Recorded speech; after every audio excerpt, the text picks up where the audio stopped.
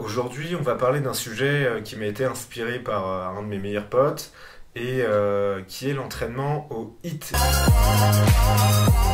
Salut tout le monde. J'espère que tout le monde va bien ce soir ou aujourd'hui, ça dépend de l'heure à laquelle vous regarderez cette vidéo. Bon, je vous avoue que vous m'avez un petit peu manqué ces derniers temps. J'ai pas été super présent sur ma chaîne YouTube. Bon, je tâchais de répondre à vos commentaires.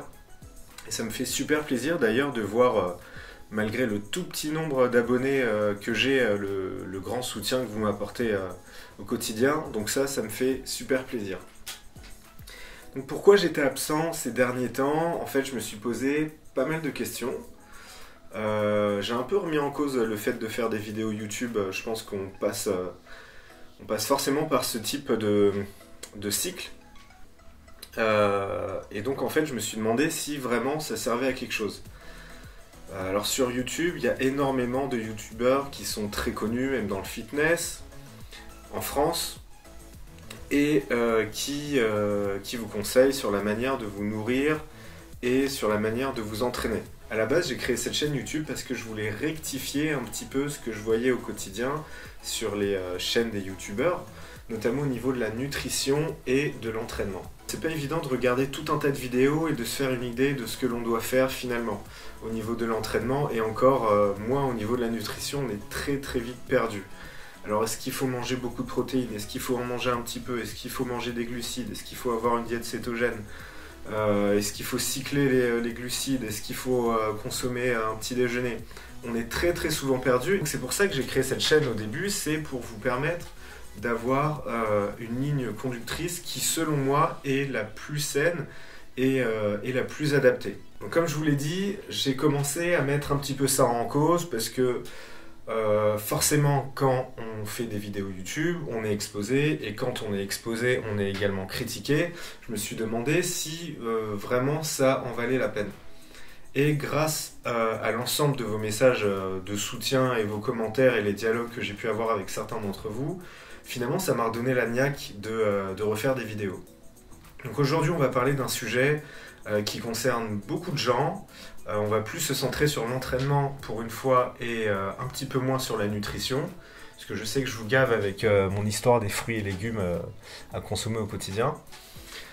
Aujourd'hui on va parler d'un sujet qui m'a été inspiré par un de mes meilleurs potes, et qui est l'entraînement au HIIT, donc H-I-I-T. Donc très brièvement, on va pas reprendre la définition, vous avez Google pour ça, vous avez des tonnes de vidéos YouTube qui vous expliquent exactement ce que c'est. En gros, ce sont des entraînements très intenses, généralement constitués d'une période très forte et très intense d'entraînement pendant une courte durée, suivie d'une période de récupération active. Vous connaissez certainement le HIIT parce qu'aujourd'hui ça semble a priori la méthode révolutionnaire pour faire du cardio, pour construire du muscle, pour perdre de la graisse, et tout ça en très peu de temps. En fait, moi je vais vous donner mon avis sur le HIIT. Donc un exemple d'entraînement, typiquement, c'est par exemple, vous faites 20 secondes de burpees, vous vous reposez, vous enchaînez avec 20 secondes de squat, vous vous reposez, vous enchaînez avec 20 secondes de traction, vous vous reposez pendant 10 secondes. Ça c'est une forme de HIIT qu'on retrouve notamment dans les entraînements Tabata, qui sont des entraînements ultra courts de 4 minutes. Alors finalement, pour perdre de la graisse, est-ce qu'il faut mieux faire du HIIT ou faire du cardio traditionnel, c'est-à-dire du jogging à très faible allure ou à allure modérée? Pour moi, le HIIT s'inscrit parfaitement dans une logique de construction de muscles et de perte de graisse. Ça augmente énormément le métabolisme. Moi, ce que j'aime dans le HIIT, c'est que c'est explosif, c'est que vous donnez vraiment le maximum de ce que vous avez dans l'intensité de l'effort. C'est quelque chose que j'ai pu expérimenter moi-même pendant très longtemps, en alternant avec mes séances de muscu traditionnelles. C'est quelque chose que j'ai trouvé très efficace. Pourquoi de mon côté j'avais choisi de m'entraîner en HIIT plutôt qu'en cardio traditionnel? Parce que j'avais lu énormément de choses concernant le cardio traditionnel qui faisait un petit peu plus perdre du muscle que le cardio vraiment très intense et court. Et ça m'arrangeait bien parce que les entraînements très intenses durent vraiment moins longtemps et ça t'empêche de faire 10 heures de cardio dans la semaine pour perdre un petit peu de gras. Donc ça c'est le point positif. C'est mettre très peu de temps dans un entraînement qui va vous rapporter beaucoup de bénéfices. Par contre, il y a une grosse limite à l'entraînement en HIIT. c'est la récupération. Alors personne ne pense à la récupération dans le milieu du fitness. Moi je parle à chaque fois à plein de personnes qui s'entraînent 6 jours sur 7. Bref, si t'es pas dopé, clairement ta récupération, tu la fais pas. C'est faux de croire que seulement un jour par semaine de repos permet de récupérer nerveusement, musculairement, au niveau de tes articulations, etc. Et souvent, les gens le payent quelques années plus tard parce qu'ils sont rincés, ils ont vraiment plus de charge nerveuse, ils sont super fatigués, ils n'arrivent plus à pousser. Bref, je ferai une autre vidéo sur la récupération de l'entraînement traditionnel en musculation. Mais là, en se centrant sur le HIIT, moi j'ai trouvé que j'avais énormément de mal à récupérer de mes séances traditionnelles. C'est-à-dire que moi je faisais du HIIT sur mon vélo, donc je pédalais très très vite et très intensivement pendant une très courte période de 30 secondes à 1 minute, et ensuite je faisais de 1 minute à 5 minutes de récupération active. Et il s'avère que mes entraînements en ont souffert. J'avais du mal à performer mes entraînements pour le bas du corps, typiquement parce que je récupérais pas. Même si je laissais un jour ou deux d'espacement entre mes leg day et mes séances de HIIT. Donc faites bien attention à la récupération. Le dernier point sur lequel je voulais insister, c'est que finalement, vous pouvez faire le HIIT et vous pouvez récupérer correctement pour avoir finalement tous les avantages.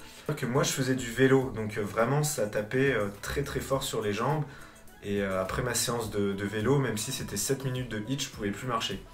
Par contre, si vous faites du HIIT en faisant plus des mouvements composés, burpees ou encore via des mouvements d'haltérophilie, il me semble que vous allez mieux récupérer, en tout cas musculairement. Nerveusement, ça dépendra de l'intensité et de plein de facteurs, notamment votre sommeil, votre alimentation, etc. Donc un exemple très précis, c'est que par exemple, moi en faisant du sprint sur un tapis, je récupère beaucoup mieux que si je faisais du vélo qui vraiment tabasse les jambes. Donc en gros, pour récapituler ces points, c'est que pour ma part, le HIIT s'inscrit parfaitement dans une logique de construction musculaire et de perte de graisse, et les points positifs sont le gain de temps et l'intensité. Si vous comparez un marathonien à un sprinter, vous verrez tout de suite la différence dans leur physique. La limite, donc pour moi, ça reste la récupération. Et pour pallier à cette limite, je vous propose plutôt de faire des mouvements composés plutôt que du HIIT sur un groupe musculaire ciblé. Voilà, moi c'est les conseils que je peux vous apporter aujourd'hui. Je l'ai testé, je trouve que ça me correspond bien. Si vous voulez en discuter, n'hésitez pas à me laisser un petit commentaire et puis au passage de liker ma vidéo. Et je serai ravi de vous répondre dans tous les cas.